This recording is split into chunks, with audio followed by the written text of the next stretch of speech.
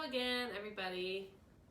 Ready for another chapter, or maybe two, we'll see how long they are, of our class book Lemons by Melissa Savage.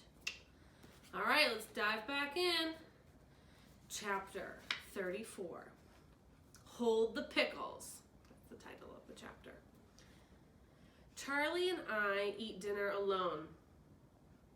He's ordered deli sandwiches from Diesel's. Again. Egg salad with tomatoes. Again. The fact that he still hasn't cared enough to figure out that I hate tomatoes makes me want to scream. Miss Cotton would know on the first day I lived with her. And, if not the first, then for sure the second. Where's Tobin tonight? Charlie asks, taking a bite of his BLT on rye. I got him his usual. Ham and cheese, hold the pickles. I roll my eyes at the pickle comment as I'm forced to pull each slimy tomato off with my fingers and put them on the side of my plate. How should I know, I ask. I'm not his keeper. Am I supposed to be in charge of him or something? Because I'm not. Charlie stops chewing and looks at me with a perplexed expression. And just so you know, I hate tomatoes. I don't know why you haven't figured that out yet, I tell him. I only have to pick them out with my fingers every time. He starts chewing again, then swallows, and then takes a long drink of his iced tea. Did you and Tobin have a fight? He finally asks. So does Charlie know that at the end of the last chapter, Tobin and Lem got in a bit of a fight? You think? I think maybe he can tell. Why do you think he can tell? Is she being like, oh, just like normal chatting dinner? Or is she kind of starting, like, showing that maybe she has something on her heart a little bit, right? Did you and Tobin have a fight? He finally asks. He had a fight. I didn't have a fight. You said that there was nothing wrong with playing with the others, and you were wrong. He thought that there was plenty wrong with it. Did you call Professor Malcolm today? So Charlie's maybe trying to change the subject.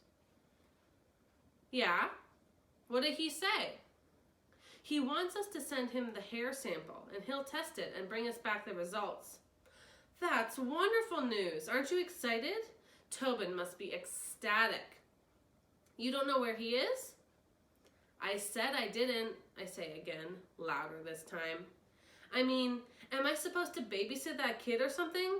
Are we expected to be joined at the hip? Lemonade? Charlie sits down his sandwich and leans in close across the table. Why are you shouting at me? He fired me. I push my plate away.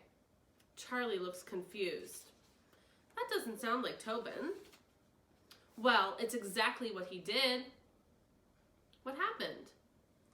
You said he'd understand about going to Nick French's. You said it wasn't a big deal. Is this really Charlie's fault?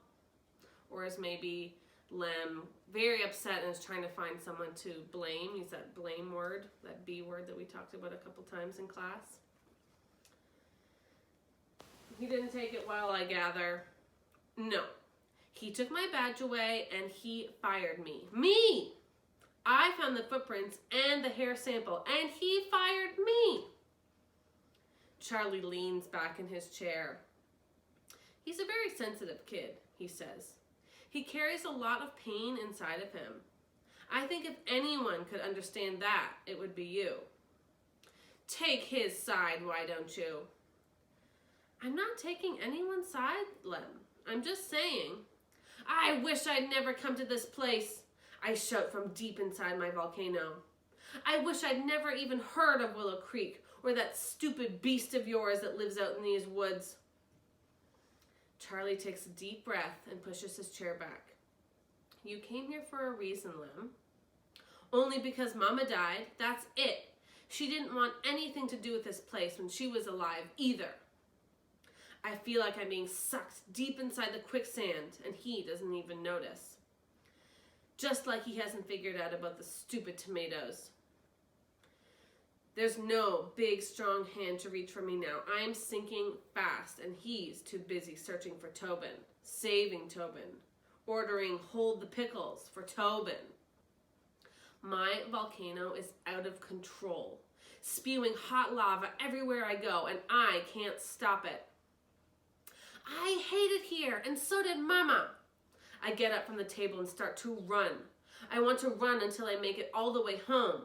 Then I can forget this place and all the people in it. The screen door slams behind me. It's already dark. Low thunder rolls. But I don't even care if it storms all over me. I keep running and running and running until I can't hear Charlie calling my name anymore.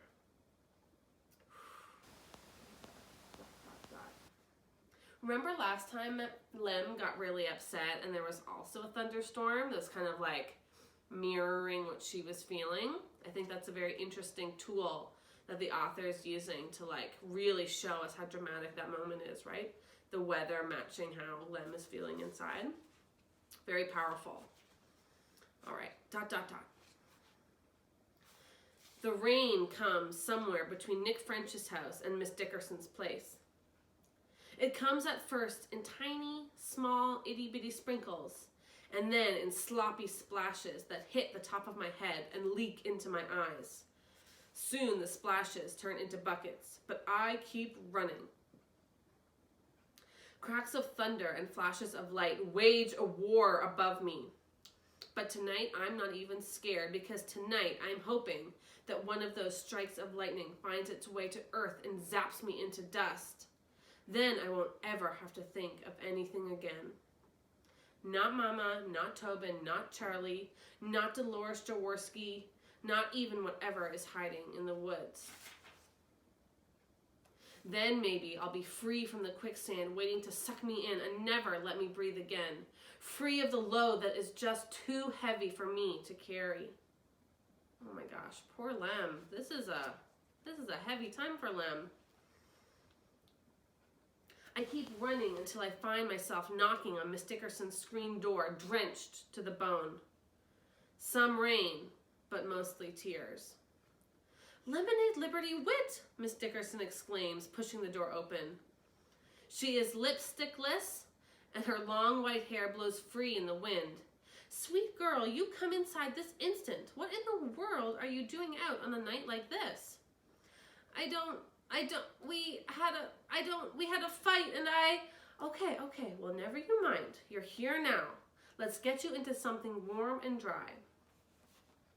She takes me into the front bedroom and digs through a stash of clothes in a dresser drawer near the bed.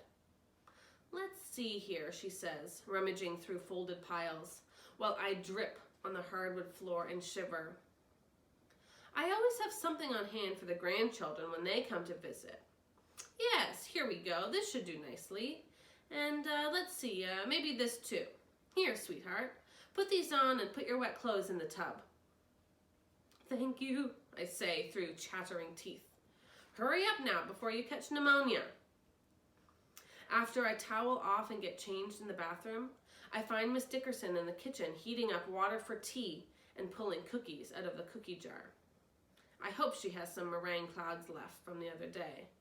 I didn't even get to try them. Now have a seat and we can talk. She points to the kitchen table, already set with cloth napkins and teacups on saucers. In the center of the table, there's a tiny pitcher of milk, a jar of honey, and a bowl full of lemon wedges. I pull a chair out and sit down. I'm still shivering. The tea kettle whistles on the stove and she pours steaming water into my cup and then into hers. The rain clicks on the kitchen window.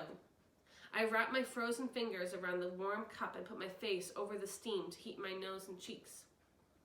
I watch the tea from the bag steep into the water in slow waves until the water is all brown, while Miss Dickerson settles in across from me. Well, that was a lovely description, wasn't it? Even me, who wasn't all upset, I feel even more calm after listening to that description. So maybe it helped Lem to feel more calm as well. I already tried to phone Charlie, but he didn't answer. He must be worried sick. I don't say anything. Now, please tell me what happened, she says. The tears come fast, even though I thought I couldn't possibly have one more left. I tell her all about Tobin firing me, and Charlie and the tomatoes, and Tobin's pickleless sandwich, and how Dolores Jaworski came to the store and kicked the can and Rainbow and everything else. I tell her that everyone here in Willow Creek hates me. My words spill over each other because they can't get out fast enough. I wish I'd never even come here, I finally say. It's been a complete and total disaster. She takes a long, deep breath and then a slow sip of tea with her eyes closed. My goodness, that is a bad day, isn't it? She says to me after setting her cup on its saucer. I nod. The worst day in the world. Well, not the worst, but it's up there. She nods. That last day with Mama? I start, but I can't finish. She reaches across the table and touches my hand. Lemonade, do you remember when I spoke to you about your mother and Charlie? She asks. Yes.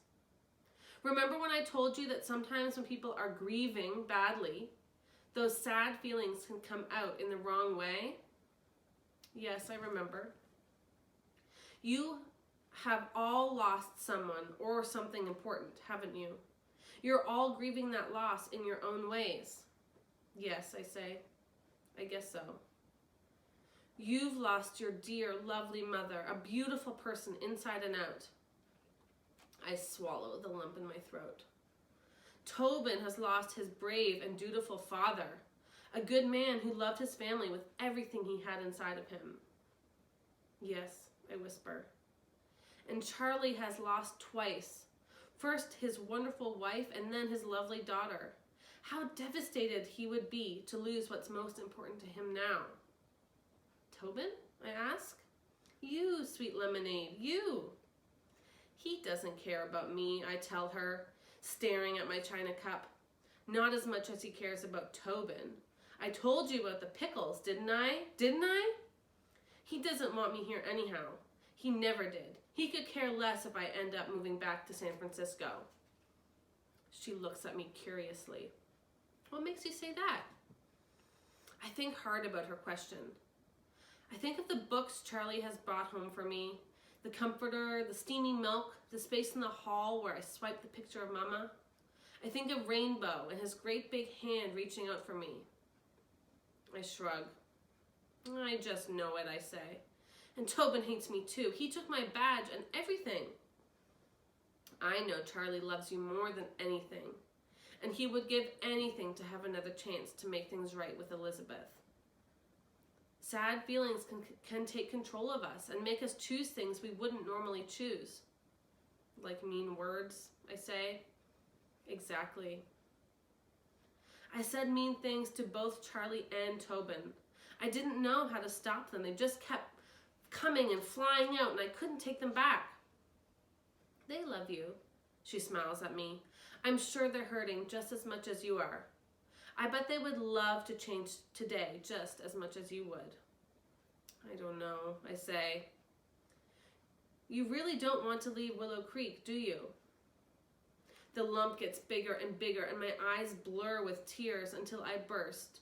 No, I cry out, wiping my eyes with the back of my hand. I want to stay here with Charlie and with you and Tobin and Debbie and with Mr. Harold and all the kids I've met. Miss Dickerson comes over to my side of the table and hugs me hard. The phone rings. I bet that's Charlie now, out of his mind with worry. She straightens and moves her cane toward the yellow phone on the wall. Hello? Yes? She turns back to me. Oh no, she whispers. Oh my God. Yes, we'll be right there. She slips the receiver back on the wall and turns to look at me. What's wrong? I ask. Oh, honey, there's been an accident. Oh, that is quite a cliffhanger for next time. So many things are running through my head right now. Oh man, I cannot wait to read the next chapter and find out what happens. That I literally have goosebumps even with this big cozy sweater on. Craziness. Oh, I wonder what's going to happen. Okay. Well, I'll see you soon for another chapter. Have a good rest of your day.